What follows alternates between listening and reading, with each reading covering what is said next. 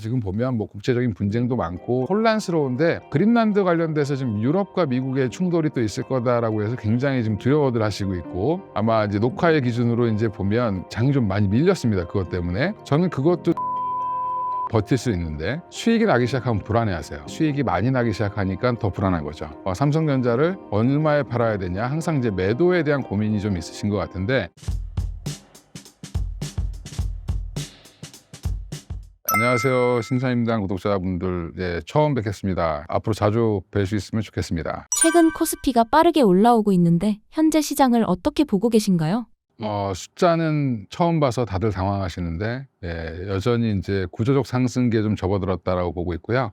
국내 지금 EPS 상승률, 이제 주당 순이익이라고 하죠. 이제 전체 주요 기업들의 주당 순이익 상승률이 전 세계에서 가장 빠르게 올라오고 있습니다. 물론 이제 그 근간에는 삼성전자랑 이제 하이닉스의 실적이 이제 가이던스가 계속 높아지고 있는 그런 현상이 좀 반영되고 있는데, 그 외에도 재작년부터 좋았던 원전이라든지 뭐 조선이라든지 방산이라든지 이쪽도 지금 견조한 흐름을 이어가고 있고, 거기에 최근에 이제 자동차까지 이제 가세를 하면서 시장 자체가 조금 점점 건강해지고 있다라는 부분들이 주가의 지수에 좀 반영되고 있는 중이고요.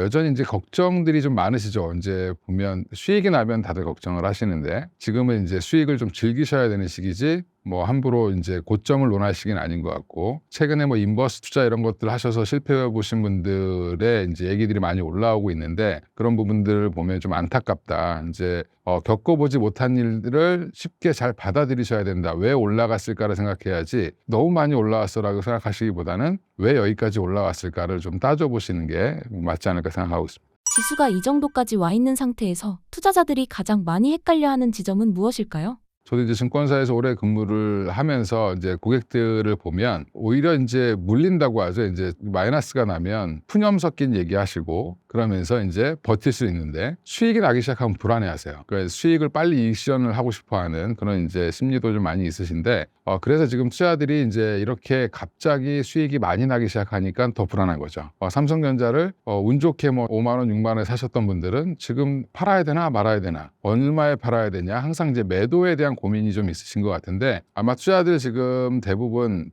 수익이 나신 분들은 도대체 내가 이걸 언제 팔아야 돼, 어떤 신호에 팔아야 돼, 이런 고민들을 다 하실 거예요. 이제 그런 부분들이 아마 제일 큰 고민일 텐데, 이제 그런 부분들도 결국에는 기준을 어떻게 만들어 주느냐, 잡아가느냐에 중요한데, 저는 개인적으로는 방송이나 여러 매체를 접하실 때 너무 과격하게 얘기하시는 분들의 얘기는 좀 안 들으시면 좋을 것 같고, 오히려 지금은 추세를 좀 따라가시면서 전반적인 장 분위기가 꺾일 때 내가 뭐 최고점에 팔고 나올 거다라는 그런 신념만 없으시다라고 하면, 어느 정도 이제 왼쪽 어깨가 아니라 이제 오른쪽 어깨에서 팔 수 있는 그런 이제 마음가짐을 좀 가지시면 조금 편하게 대응하실 수 있지 않을까 생각하는데, 그게 참 말로는 쉬운데 어렵고요.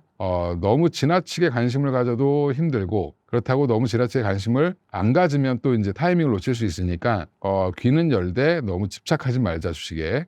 주로 이제 개인 투자분들이 너무 이제 그 분 단위로 초 단위로 시세를 보시면서 일을 못 하시는 분들이 있는데, 그런 분들은 조금 주식을 오히려 안 하시는 게 건강에 좋지 않을까 생각하고 있습니다. 이번 상승 흐름을 보면 여러 섹터가 번갈아가며 움직이는 모습인데 이런 흐름을 어떻게 해석하면 좋을까요? 일단 우리가 이제 언제부터 올라왔는지 가만히 생각해 보면, 이제 우리가 작년 요맘때만 하더라도 굉장히 시장이 안 좋았습니다. 이제 정세도 많이 불안했고, 그다음에 재작년 겨울에 이제 12월 3일 날 뭐 계엄령 선포라든지부터 시작해서 뭐 정권의 교체, 작년에 굉장히 화려한 전반기가 되게 다이내믹한 이제 한 6개월을 보냈는데, 그 시기 이후로 이제 오히려 주가가 이제 정부가 바뀌고 나서 안정감이 들면서 주가가 다시 급등하기 시작을 했고요. 초창기에는 사실은 삼성전자, 하이닉스도 그렇게 좋지 않았는데, 그 당시에는 오히려 조선방산원전이 시장을 좀 이끌던 시기였고, 정부가 바뀌면서 지수에 대한 이제 저평가된 기업들 상법 개정을 1차, 2차, 지금 3차를 기다리고 있는데, 상법 개정 통해서 이제 지주사라든지 저평가된 기업들에 대한 관심이 커지면서 외국인들의 수급도 뭐 양호하게 좀 바뀌고, 이러면서 지금 주가가 지금 먼저 한 3,000포인트 근처까지 온 상태에서 지금 반도체에 호황을 맞은 거죠. 대한민국의 운이 굉장히 좋았다라고 얘기를 할 수도 있고요. 왜냐하면 이거를 반도체 애널리스트조차도 알지 못했습니다. 그 정도로 지금 메모리의 수요가 이렇게 폭발적으로 증가할 거에 대한 기대감은 없었는데 이게 AI와 그다음에 우리가 이제 코로나 국면에서 그때 이제 호황이었잖아요, 일시적으로. 예, 그런 부분들이 교체 수요까지 같이 겹치면서 이게 대대적인 수요가 지금 갑자기 증가했다라는 부분이 어떻게 보면 지금 운을 좀 잘 타고 가고 있는 중이다 이렇게 보고 있고요. 그래서 지금 섹터가 순환매가 잘 이루어지고 있습니다. 그래서 뭐 삼성전자, 하이닉스만 좋은 거 아니냐라고 하는데 최근엔 또 현대차도 급등을 하고 있죠. 예, 현대차 그룹들도 올라오고 있다라는 부분. 그러면 가장 저평가되어 있었던 자동차 섹터가 로봇에 대한 뭐 신성장 동력을 받고 올라가고 있기 때문에 이게 돌아가면서 이제 훈풍이 부는 거죠. 상승장의 특징이 이게 섹터가 순환매가 좀 잘 이루어집니다. 아주 안 좋은 섹터 빼고는 돌아가면서 계속 움직이는, 그래서 여기 팔고 저기 사고 이런 형태가 나오기 때문에 지금 시장은 이런 것들이 잘 이루어지고 있다라고 보고 있습니다. 최근 시장에서 나타나는 특이점이 있다면 무엇일까요? 최근의 상승장이라고 이제 생각하시면 이제 아마 2차 전지가 엄청나게 올라갔던 코로나 국면 때 주가가 이제 급등했던 경험이 있죠. 이제 2020년, 21년 이때 이제 굉장히 좀 화려하게 움직였는데 그때는 이제 어떻게 보면 기대감이 조금 더 많이 컸죠. 숫자가 나오기보다는 뭐 2년치, 3년치, 5년치를 뭐 땡겨서 주가가 올라가는 모습을 보였고요. 그 당시 이제 코로나 국면 이후에 그 다음에 이제 그 이후로 빠졌던 이유는 뭐냐면 생각보다 기대했던 것만큼 숫자가 나오지 않았고 그 다음에 기대했던 것만큼 우리가 이제 주식시장에서 원했던 것들이 이루어지지 않았기 때문에 실망 매물들이 나오면서 주가가 다시 이제 침체를 겪는 모습을 보였고요. IT 같은 경우는 또 이제 수요가 급증하다가 이제 사실은 뭐 노트북 살 사람 다 사고 휴대폰 바꿀 사람 다 바꾸고 나면 또 이제 정체기가 오잖아요. 이제 그런 것들이 한꺼번에 이제 오면서 뭐 전반적인 하락이 좀 나왔습니다. 특히 이제 뭐 2차 전지 쪽은 좀 처참할 정도로 많이 빠졌고 그다음에 이제 뭐 반도체도 사실은 좀 많이 빠졌었죠. 이런 부분들이 해소되고 있는 국면. 근데 지금은 조금 뭐가 다르냐면 제가 느낄 때는 판도가 좀 바뀌었다. 우리가 트럼프가 1차로 집권하던 시기에 주가를 보면 그 당시에도 좀 많이 흔들림이 있었는데 큰 프레임이 좀 바뀐 것 같아요. 예전에는 자유무역 기조였다가 지금은 보호무역 기조로 바뀌는 과정에 있거든요, 지금. 근데 그게 1기 때보다는 지금 이제 8년 뒤에 등장한 2기 때 오히려 더 강해졌다. 그래서 지금 보면 뭐 국제적인 분쟁도 많고 미국이 약간 뭐 깡패 역할도 하고 있고 뭐 이렇게 보이는데 그게 막 혼란스러운데 그 모든 게 우리나라한테는 지금 오히려 좋게 작용하고 있다. 그래서 흔히 뭐 그냥 다른 이제 매체에서 물어보면 그런 얘기들을 많이 해요. 누가 싸우든지 간에 우리는 지금 이익을 보고 있다. 중국과 미국이 싸워서 오히려 우리는 중국과 경쟁했던 물건들이 다 안 좋았다가 오히려 지금 되살아나는 분위기로 가고 있고요. 또 하나는 보면 일본과 중국이 싸움을 하니까 서로 우리한테 러브콜을 보내죠. 그리고 지금 미국 그린란드 관련돼서 지금 유럽과 미국의 충돌이 또 있을 거다라고 해서 굉장히 지금 두려워들 하시고 있고 아마 이제 녹화의 기준으로 이제 보면 장이 좀 많이 밀렸습니다. 그것 때문에. 근데 저는 그것도 중장기적으로는 우리한테 긍정적이다. 왜냐하면 유럽과 미국의 투자자들이 일시적으로 우리나라 자금을 뺄 수는 있지만 거꾸로 생각하면 그 투자자들이 유럽이나 미국에 투자했다가 다른 데로 가서 결국엔 수익을 내고 싶어 하면 올 수 있는 데가 지금 아시아권밖에 없거든요. 근데 아시아권에서 가장 수익률이 지금 좋은 쪽이 한국이기 때문에 그거에 대한 반사이익도 저는 오히려 생각을 하고 있습니다. 지수 레벨이 높아질수록 이제는 고점이 아닌가 생각이 들기 마련인데 이런 국면에서는 어떤 기준으로 시장을 바라보면 좋을까요? 아까 이제 EPS 상승률이 높아진다라고 얘기를 했는데 한마디로 그게 꺾이기 전까지는 주가는 더 갈 수 있다. 그러면 주당 순이익이 높아진다. 결국 이익을 베이스로 봤을 때 삼성전자, 하이닉스가 지금 돈을 더 벌 거라는 기대를 반영하고 있는 거거든요. 그러면 12개월 우리 포워드 PER 이렇게 얘기를 많이 들으셨을 텐데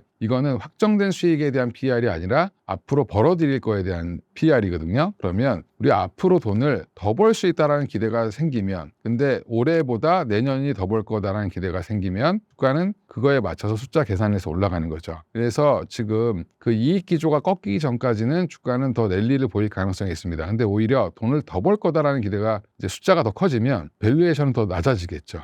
그러면 그 밸류에이션을 또 채우기 위해서 또 올라가는 이제 우리가 역사상 보면 코스피가 PBR 기준으로 한 1.3배나 4배 정도가 거의 꼭지다. 뭐 이렇게 얘기를 많이들 하시는데 선진국들은 보통 다 2배 이상이고요. 보통 이제 미국 같은 경우 3배가 넘습니다. 그래서 예전에 이제 뭐 이재명 대통령 공약에 PBR 우리가 정상화만 돼도 5,000포인트는 갈 수 있다. 그게 그냥 한 말이 아니라 실제로 그렇습니다. 그래서 PBR의 정상화, 뭐 PER의 정상화 이런 것들이 좀 이루어지면 더 갈 수 있다고 보고 있고요. 대한민국 자체가 성장성이 크다라고 하고 그다음에 선진국 지수에 편입이 된다는 가능성이 높아지면 높아질수록 이게 밸류에이션으로 올릴 수도 있습니다. 이익이 정체되더라도 기업이라든지 국가에 대한 밸류에이션이 높아지면 여기서 또 주가가 올라갈 수 있죠. 이제 이게 가장 대표적인 예가 일본 같은 경우가 그렇고요. 이런 얘기하면 되게 당황해 하시는데 우리나라가 태국보다 PBR이 더 낮습니다. 예, 그래서 이런 부분들이 뭐 한 PBR 2배 정도 수준만 가더라도 대략 계산해 보면 한 6, 7천 정도가 나오거든요. 7천 이상 나올 겁니다. 그러면 여전히 상승 여력은 더 있다라고 보고 있고 선진국 지수에도 조만간에 좀 빠르게 진입하지 않을까. 그래서 지금 옵저버 국가라고 해서 이제 관찰 대상국이 되기 시작하면 후보군에 들어가기 시작해도 그때부터 조금 더 랠리가 나올 가능성이 있다. 그리고 글로벌 유동성도 여전히 지금 잘 공급되고 있는 중이기 때문에 주식은 생각보다 당분간은 좀 아주 큰 악재가 나오지 않는 이상은 우상향할 가능성이 높다고 보고 있습니다. 요즘 주목받는 섹터 중에서 시장의 주도권을 실제로 쥐고 있다고 보는 섹터는 어디일까요? 여전히 반도체가 끌고 있는 시장이고요. 주도 섹터는 여전히 반도체고 거기에 지금 새롭게 부각되고 있는 게 이제 로봇인데 사실은 이제 로봇주들은 좀 작죠. 수총이 작은 종목들 위주였는데 주로 코스닥 기업들이었고 근데 여기에 지금 불을 붙인 게 사실은 아틀라스라고 보고 있습니다. 그래서 현대차 그룹이 로봇 관련된 기업으로 거듭나기 시작했다. 결국에는 당장 예뻐 보이는 거는 아마 현대차 그룹들이 더 예뻐 보일 거고요. 그다음에 중장기로 조금 올해 상반기 적어도 상반기 내지 길면 올해 하반기까지 끌고 갈 수 있는 주도 섹터는 반도체로 보시는 게 맞다. 여기에 이제 중간 허리들이 되게 중요한데요. 지수가 아무리 두 종목만 가면 다른 거 갖고 계신 분들은 이제 소외받잖아요. 이제 근데 조선, 방산, 원전도 여전히 한 번 더 랠리가 남아있을 걸로 보이고요. 여전히 성장세를 지금 잘 이어가고 있고 최근에 이제 국제 분쟁의 증가로 방산주에 대한 또 기대가 더 커지고 있죠. 이런 부분들까지 보면 지금 우리나라가 이제 한 2, 3년 전부터 끌고 왔던 주도 섹터들 작년 이제 하반기부터 이제 끌고 왔던 반도체 올해 초부터 지금 시작되는 자동차의 랠리 이런 것들이 잘 조화롭게 이루어진다라고 보시면 될 것 같고요. 여전히 근데 제일 큰 이제 우리가 지수 투자하신 분들은 삼성전자 하이닉스가 끌고 가는 게 오히려 지수는 굉장히 좋겠죠. 그래서 밑에서 받쳐주고 삼성전자가 좀 쉴 때, 하이닉스가 쉴 때 다른 종목들이 올라와주는 그런 형태로 가면 저는 굳이 지금은 주도 섹터를 어디로 딱 특정 짓기보다는 여러 섹터들 제가 말씀드렸던 주요 섹터들이 돌아가면서 올라가는 형태가 나올 가능성이 있다고 보고 있습니다. 정책 이슈나 제도 변화가 시장에 영향을 주고 있다는 의견도 많은데 투자할 때 이런 이슈들을 얼마나 참고해야 할까요?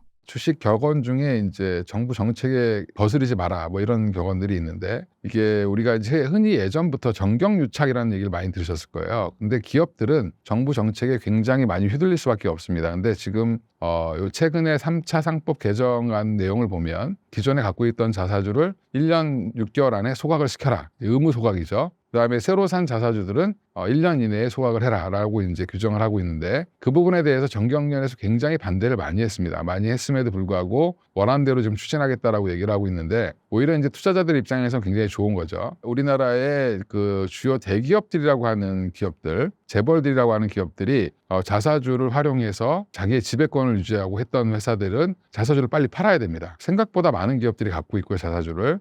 자사주가 없어진다는 거는 전체 주식수가 준다는 거죠. 그러면 주당 가치가 높아진다는 거기 때문에 3차 상법 개정안이 실시되면 그거는 이제 주식시장에서는 이미 좀 빠르게 반영을 시킬 가능성이 있어요. 이 회사가 자사주를 소각했든 안 했든 어차피 해야 되기 때문에 그러면 주가는 먼저 움직인다. 그래서 자사주가 많은 기업들, 지주사라든지 증권사, 은행 많은 기업들이 있는데 그런 기업들을 좀 잘 찾아보시면 또 기회가 있을 걸로 보이고요. 앞으로 이제 코스닥 활성화 정책이라든지 국민 성장 펀드를 이제 조성한다든지 하는 것들은 주식시장 입장에서는 나쁠 게 전혀 없죠. 그래서 코스피가 쉴 때 이런 정책들이 나온다라고 하면 오히려 코스닥도 또 한 번의 기회를 줄 가능성이 있다라고 보고 있습니다. 상법 개정안 통과의 핵심 쟁점과 통과 임박 시 주목할 만한 종목은 무엇일까요? 사실은 상법 개정의 가장 핵심은 지금 3차 상법 개정안은 자사주를 이제 소각하라는 거죠. 그 전에 이제 1차, 2차는 원래 안 해도 되는 거를 집어넣은 겁니다. 이제 그 사내 이사들이 주주를 위해서 일을 해야 된다는 부분을 일부러 집어넣은 거죠. 그러니까 회사를 위해서가 아니라 주주를 위해서라는 부분으로 바꾼 겁니다. 그게 굉장히 큰 이슈였고요. 그 외에도 이제 절차적으로 이사의 구성을 어떻게 하냐부터 시작해서 이런 것들을 이제 정했는데 이제 방점이 지금 이제 자사주를 소각하는 건데 자사주의 개념을 좀 아실 필요가 있는데 자사주라는 거는 결국엔 사업을 해서 번 돈을 가지고 이거를 다시 자기 주식을 사는 거예요. 번 돈은 그러면 누구의 돈이냐? 회사의 돈이 아니라 주주의 돈이죠. 주주들이 투자한 돈을 가지고 굴려서 이익을 냈으면 이걸 주주들한테 돌려주는 게 맞습니다. 투자를 할 거 아니면. 근데 이거를 오히려 경영권을 방어한다든지 이런 이제 여러 가지 이유 때문에 이제 사서 갖고 있었던 거죠, 주식을. 그러면 이거는 오히려 주주들한테 안 나눠준 거잖아요. 정확히는 이거는 그러면 배임입니다. 죄입니다. 근데 그거를 일시적으로 우리나라는 봐준 거죠. 봐준 배경에는 이제 IMF라든지 2008년 금융위기 당시에 많은 기업들이 적대적 M&A에 노출될 수 있다라는 것 때문에 일시적으로 좀 봐줬다라고 생각하시면 되고, 그 부분을 그러면 이제는 그렇지 않을 수 있으니 이제는 정상화시키자라는 거죠. 그래서 자사주를 소각한다라는 것 자체가 그럼 아까도 말씀드린 것처럼 주식이 줄어들기 때문에 한 주의 가치가 높아집니다. 미국이 역시 답이다 뭐 이렇게 얘기하셨는데, 국장 탈출은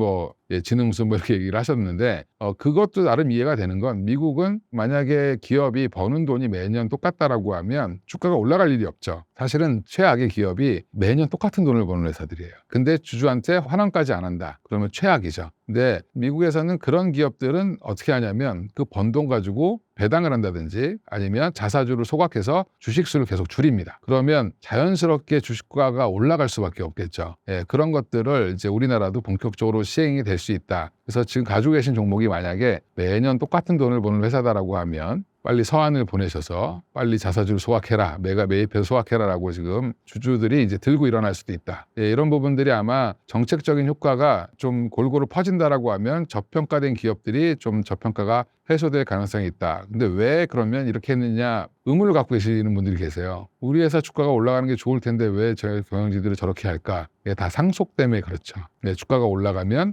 상속세를 많이 내고 자식한테 물려줘야 되기 때문에, 그러니까 미국은 자식한테 물려주지 않기 때문에 이제 그런 일이 없는 거고, 또 CEO들이 주가가 안 올라가면 미국 같은 경우는 해임당합니다. 예, 그래서 주주들이 그분을 자를 수가 있죠. 예, 그래서 CEO의 가장 큰 덕목은 주가를 올려야 됩니다. 근데 우리나라도 이제 앞으로 그런 분위기로 가게 되면 조금 더 좋아질 가능성이 있다고 보고 있습니다. 대표님께서는 삼성전자의 향후 전망을 어떻게 보시나요? 삼성전자에게 기대하고 있는 부분은, 워낙 안 좋았던 삼성전자가 지금 갑자기 좋아진 반도체 호황 슈퍼사이클에 접어들면서 4분기에 20조 가까운 영업이익을 냈는데 1분기에는 거의 35조까지 보는 데도 있어요. 예, 그리고 올해 최고로는 155조, 180조까지도 얘기를 하고 있습니다. 그 얘기는 분기에 거의 40조 이상을 벌 수 있는 회사가 될 거다라고 지금 기대를 하고 있기 때문에 그 부분들이 이제 조금 반영되고 있다 이렇게 생각하시면 될 것 같고요. 오히려 지금 삼성전자가 그동안 안 좋았던 적자를 냈던 파운드리 사업부는 오히려 이제 흑자 전환을 이제 기대하고 있고,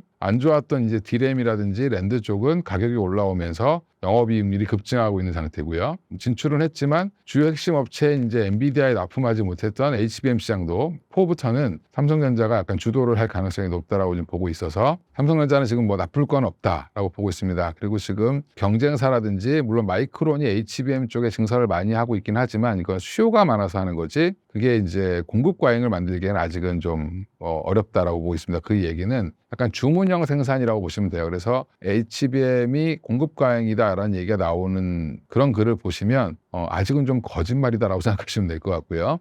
지금 엔비디아라든지 브로드컴이라든지 AMD라든지 이런 이제 앞에 전방 수요를 담당하는 회사들이 HBM이 부족해서 난리기 때문에 이런 부분들을 지금 채워가고 있는 중이고, 가장 많은 물량을 아마 삼성전자가 담당할 가능성이 높습니다. 주가가 조정을 받을 때 삼성전자처럼 대형주는 어떤 관점에서 바라보는 게 좋을까요? 일단 주가라는 게 올라갈 때는 조금 과하게 올라가고요. 그다음에 확인하려고 하는 습성이 항상 있습니다. 그래서 지난번에 우리가 삼성전자가 9월부터 랠리를 하기 시작해서 11월 달까지 안 쉬고 올라갔다가 거기에서 또 11월부터 12월 초까지는 또 쉬었습니다. 한 달 반 정도를. 그때 주가가 왜 쉬었냐라고 하면 답을 어떻게 해야 될지 모르겠지만 먼저 많이 올랐는데 이 부분을 확인하고 싶었던 거죠. 그래서 일시적인 기간 조정이라든지 가격 조정은 언제든지 나올 수 있고요. 주식이라는 게 내가 볼 때는 싸 보이고 매력적으로 보이지만 어떤 사람한테는 비싸 보일 수도 있죠. 그래야지 서로 매수 매도가 이루어지고, 그런 것들이 이제 이루어지면서 가격이 올라가는 거기 때문에 대형주가 쉴 때는 나름 이제 좀 단계 많이 올랐다라고 하면 좀 쉬어가는 국면이 필요하죠. 아마 삼성전자 하이닉스 같은 경우도 또 12월 한 중순부터 또 1월 초까지 너무 또 급하게 달렸기 때문에 그러면 조금 쉬어가려고 할 겁니다. 이제 이런 것들은 자연스러운 조정이니까 그럴 땐 오히려 없는 분들이나 비중이 좀 적은 분들은 아직은 더 담아도 되는 그런 기회로 보시는 게 맞을 것 같다라고 말씀드리겠습니다. 반도체 업황의 방향성을 판단할 때 어떤 신호들을 주로 보면 좋을까요? 제일 중요하게 보셔야 될 거는 반도체를 사가는 쪽에서 수요가 줄어드는 게 가장 중요하죠. 엔비디아나 이런 회사들이 반도체를 사가는 게 앞에서 지금 AI 반도체 칩을 만드는데 그 양이 줄어든다. 엔비디아가 갑자기 실적이 꺾인다든지 TSMC가 갑자기 실적이 꺾인다든지 그러면 그럼 전방 수요가 줄어드는 거죠. 누구나 지금 메모리 반도체 HBM을 지금 원하는데 이게 지금 부족한 거죠. 그래서 가격이 막 급등하고 있는 중인데 AI 데이터 센터를 만드는 회사들이 실적이 나빠지거나 아니면 수주를 못 받는다든지 이러면 사실은 그러면 이제 정체 국면에 접어들거나 그러면 이제 주가는 좀 밀릴 가능성이 있습니다. 근데 더 빠르게 확인할 수 있는 방법은 각 회사마다 반도체 애널리스트들이 내놓는 리포트를 보시 마시고 그분들의 리포트는 그냥 어떻게 보면 사후적으로 나올 가능성이 있어요. 근데 중요한 건 스팟 가격들을 보셔야 됩니다. 그러니까 보통 삼성전자나 하이닉스는 지금은 분기 단위, 그다음에 연간 단위, 월 단위 이런 계약을 체결해서 B2B로 장사를 하는데 약간의 물량을 가지고 소매업자들끼리 파는 게 있어요. 도소매업자들이 사고 파는 가격이 있는데 그걸 스팟 가격이라고 하거든요. 그 스팟 가격이 지금 한 달 사이에 2배가 올랐다. 1년 사이에 지금 5배가 올랐다. 품목마다 다르죠. 이제 반도체 종류 여러 가지가 있으니까 일부 종목은 10배가 오르기도 했습니다. 근데 그런 게 추세가 꺾이는지를 보시면 되는데 그건 어디서 확인하냐? 텔레그램에 들어가시면 그것만 또 전문적으로 올리시는 분들이 계세요. 이제 그런 것들을 스팟 가격을 좀 확인하는 방법이 있고 아니면 사이트에 반도체 가격을 검색하시면 요즘에 AI를 활용하셔도 되고 네이버를 활용하셔도 그 가격의 추이가 나오는 사이트가 있습니다. 이제 그런 사이트를 보시면서 그게 꺾이면 그러면 당연히 가격이 빠진다는 얘기잖아요. 수요가 줄었다는 얘기이기 때문에 그때는 그러면 주식을 갖고 계신 것들을 팔아야 될 고려를 좀 해야 된다. 물론 그게 일시적일지 추세적인지는 좀 확인해 볼 필요는 있겠지만 조금 올라가던 폭이 좀 둔하대라고 생각이 들거나 아니면 좀 마이너스로 가고 있네. 근데 시장에서는 여전히 단기 조정일 거야 라고 얘기하시는 분들이 있을 수 있어요. 근데 그럴 때는 그러면 방법은 나눠서 파는 거죠. 본인이 의심이 가면 좀 나눠서 파시면서 지금 애널리스트들의 목표가에 너무 휘둘리시면 안 된다. 목표가는 어찌됐든 목표가일 뿐이에요. 그 목표가를 돌파할 수도 있고 못 갈 수도 있기 때문에 그런 부분들은 이제 참고만 하시고 그분이 왜 그렇게 목표가를 높였는지를 오히려 이제 논리를 한번 보실 필요가 있어요. 그리고 대응은 스팟 가격이 꺾인다든지 이런 것들 전방산업 수요가 줄어든다는 뉴스가 나오면 그때는 조금 비중을 줄이시는 그래서 일시적일 수도 있기 때문에 그럴 땐 비중을 좀 줄이시면서 점점 이익 실현을 해나가시는 방법을 좀 취하시면 좋을 것 같습니다. HBM처럼 기술 경쟁이 치열한 분야에서 삼성전자는 현재 어떤 위치에 있다고 보시나요? 삼성전자가 원래 HBM을 참 잘했던 회사인데 HBM이 사업부를 좀 죽였었습니다. 한동안. 이제 그 이유는 HBM이 돈이 안 돼서 그랬던 거예요. 전략적인 선택을 했는데 마침 근데 하이닉스 같은 경우는 그걸 하고 있었죠. 그냥 꾸준히 하고 있었는데 어느 날 갑자기 본물이 터진 겁니다. SK하이닉스, TSMC, 엔비디아 이 세 회사가 뭉쳐서 이제 연합을 형성하면서 지금 HBM3E까지 시장을 이끌어 왔는데 삼성이 이제 3E를 이제 시장에 진입하기 위해서 굉장히 노력을 많이 했는데 실패를 했죠. 근데 지금은 그 단계는 좀 넘어섰고요. 그래서 지금 HBM4부터는 삼성전자가 엔비디아로 지금 납품을 할 걸로 예상을 하고 있고 아마 엔비디아의 루빈이라고 하는 그쪽에 라인부터 들어갈 텐데 그 부분이 이제 지금 기대를 하고 있는 중이고요. 근데 이제 그러면 경쟁사가 많아지고 기술의 우위가 어디냐 이런 얘기도 있을 텐데 지금은 기술의 우위가 중요한 게 아니라 물량 자체가 부족합니다. 그래서 지금 마이크론도 증설을 열심히 하고 있고 삼성도 일부 D램 라인을 HBM 라인으로 바꾸고 P4, P5라고 하는 평택 공장들을 P4를 지금 거의 완성을 다 해놨는데 그거는 다 HBM 전용으로 갈 거고요. 그다음에 P5 같은 경우도 지금 착공을 이제 옆에 부지가 있었습니다. 그거를 시기를 보고 있다가 이제 공사를 하기 시작했죠. 그러면 그것도 마찬가지로 당분간은 HBM 쪽에 약간 전념할 가능성이 높다 이렇게 보고 있어서 지금까지는 SK하이닉스가 성공적이었는데 HBM4부터는 이게 12단을 쌓는 게 아니라 지금 16단을 쌓아야 돼요. 근데 더 얇은 걸 16단을 쌓아야 되기 때문에 이건 높이 제한이 있습니다. 그래서 더 얇게 깎아서 더 정밀하게 쌓아야 되는 여기에는 MR모프보다는 이쪽 TCF 방식이 더 좋지 않을까? 이런 얘기들은 있습니다만 여전히 근데 그거는 카더라죠. 이제 기술을 저같이 잘 모르는 사람들은 이게 좋다라고 하면 이게 좋은 줄 알고 있고 저게 좋다면 저게 좋은 줄 알고 있는데 그 결론은 이제 만들 때 불량품이 얼마나 덜 나오느냐 각자 수율을 얼마나 높일 수 있느냐 이런 부분들은 좀 지켜봐야 될 것 같습니다. 그래서 아마 결판은 아마 올해 한 6월 전에 나지 않을까 이렇게 생각하는데 그게 세 회사가 똑같은 제품을 만들지만 만드는 방식은 조금씩 다르다. 예. 결과가 이제 잘 나오는 게 중요하겠죠. 근데 중요한 건 엔비디아나 브로드컴이나 AMD나 사가는 쪽에서는 누구든 많이 만들어라. 예, 이게 지금 답인 것 같습니다. 삼성전자처럼 전 세계에서 주목받는 종목들은 리포트를 어떤 시각으로 해석하면 좋을까요? 외국계 리포트들을 좀 보면 좀 과격하게 나오죠. 예, 윈터 이즈 커밍 그래서 반도체의 겨울이 왔다. 예, 그러더니 갑자기 다시 봄이 왔다 이러고 예, 그렇습니다. 그러니까 JP모건이 한동안 우리나라 반도체를 수렁에 빠뜨렸죠. 예, 근데 왜 그렇게 과격하게 했을까 생각을 해보면 그분들이 다들 외국인인 줄 아세요, 대부분. 예, 외국계에서 우리나라 삼성전자 하이닉스를 담당하시는 분들은 다 대부분 한국계이거나 아니면 한국 애널리스트가 가서 하는 겁니다. 예, 근데 똑같은 애널리스트가 국내 증권사에 있을 때는 되게 보수적으로 쓰다가 외국계에 가면 굉장히 과감하게 써요. 근데 그 이유는 외국계에서는 조금 더 자극적인 걸 원합니다. 매도 리포트도 강하게 쓰고 매수 리포트도 강하게 쓴다. 이 얘기는 그 사람들의 뷰가 꼭 맞다라기보다는 방향성을 보시는 게 맞습니다. 그래서 최근에는 또 맥쿼리나 시티나 이런 쪽에서 삼성전자 주가를 24만 원, 20만 원 막 불렀잖아요. 예, 이게 그러면 진짜로 24만 원을 간다는 게 아니라 내가 이런 논리로 이렇게 썼으니까 우리 창구를 이용해서 주식을 사고 팔고 해줘. 이런 거라고 생각하시면 돼요. 한국 같은 경우는 이제 리서치 센터장님들이 있으셔서 야, 이거 너무 과하게 쓰는 거를 좀 방지를 좀 하세요. 그래서 서로 눈치를 좀 보고 그래서 적당하게 순차적으로 가격을 올리는데 외국계는 좀 튀게 쓰라고 합니다. 일부러. 그래야지 우리한테 러브콜이 온다. 그래서 지금 외국계 리포트를 보실 때는 이쪽 친구들이 좋게 보고 있구나. 그다음에 조금 안 좋게 보고 있네. 이 정도만 파악하시는 게 맞고요. 오히려 이제 목표 주가라든지 이런 쪽은 국내 대형 증권사들이 오히려 더 잘 맞추는 것 같습니다. 상반기 삼성전자 주가를 견인할 호재들은 무엇이 있을까요? 가장 걱정이었던 이제 왜 한동안 분사를 좀 하지 그랬냐라고 할 정도로 얘기가 나왔던 삼성 파운드리가 이제 골칫거리였죠. 파운드리라는 건 이제 TSMC가 굉장히 잘하는데 예전에 삼성전자가 파운드리를 안 했던 이유가 뭐였냐면 주문이 안 들어오면 회사가 망하죠. 설비는 만들어 놨는데 주문이 안 들어오면 망하는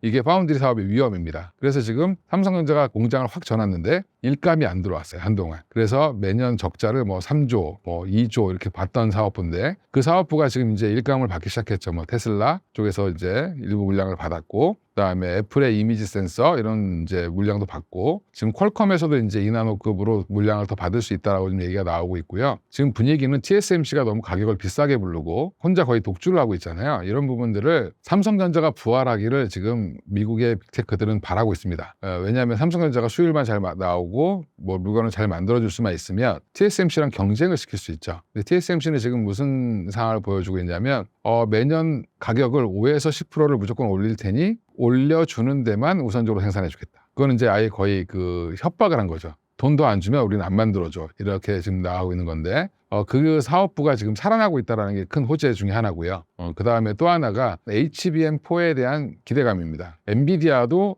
마찬가지죠. HBM을 자기는 원하는 양이 많은데 중요한 건 마이크론과 SK하이닉스 물량만으로는 감당이 안 되는 상황에서 삼성전자가 들어와주면 굉장히 좋겠죠. 그리고 마이크론과 SK하이닉스한테도 가격을 일부 좀 깎을 수 있죠. 그런 부분들을 감안했을 때는 지금 삼성전자가 결국에는 지금 웨이퍼 기준으로 봤을 때 전 세계에서 가장 물량을 많이 찍어낼 수 있는 회사가 삼성전자입니다. 물량을 많이 만들어낼 수 있기 때문에 대량 생산에 되게 적합한 회사다라는 부분에서 만약에 이제 HBM4 시장에 진입을 한다라고 하면 SK하이닉스의 독보적인 1등은 아마 삼성전자에 뺏길 가능성이 있다. 예, 그러면 삼성전자가 HBM 시장에 진입하는 것도 큰 호재라고 보시면 될 것 같고요. 물론 지금도 잘 팔고 있는 HBM들이 있지만 이제 엔비디아와 거래를 하는 게 되게 중요하죠. 예, 그래서 엔비디아 이후에 브로드컴, 구글, 많은 회사들이 지금 원하고 있기 때문에 삼성전자의 캐파가 커지면 그만큼 수익성은 높아지고 HBM 특성상 또 연간 단위 계약을 주로 합니다. 그래서 스팟으로 이제 한 달이나 분기 단위로 계약하는 기존의 이제 디램이라든지 랜드와는 좀 다르게 연간 단위로 하기 때문에 사실은 그런 얘기 많이 들으셨을 거예요. 하이닉스는 올해 생산할 거를 이미 다 팔아놨다. 이렇게 얘기를 하죠. 만들지도 않은 걸 이미 계약을 다 해놨습니다. 이제 그 얘기가 그럼 삼성전자 입장에서는 더 실적의 안정성 이런 것까지 또 가미가 될 수 있으니까 그런 부분들은 가장 큰 호재라고 보고 있습니다.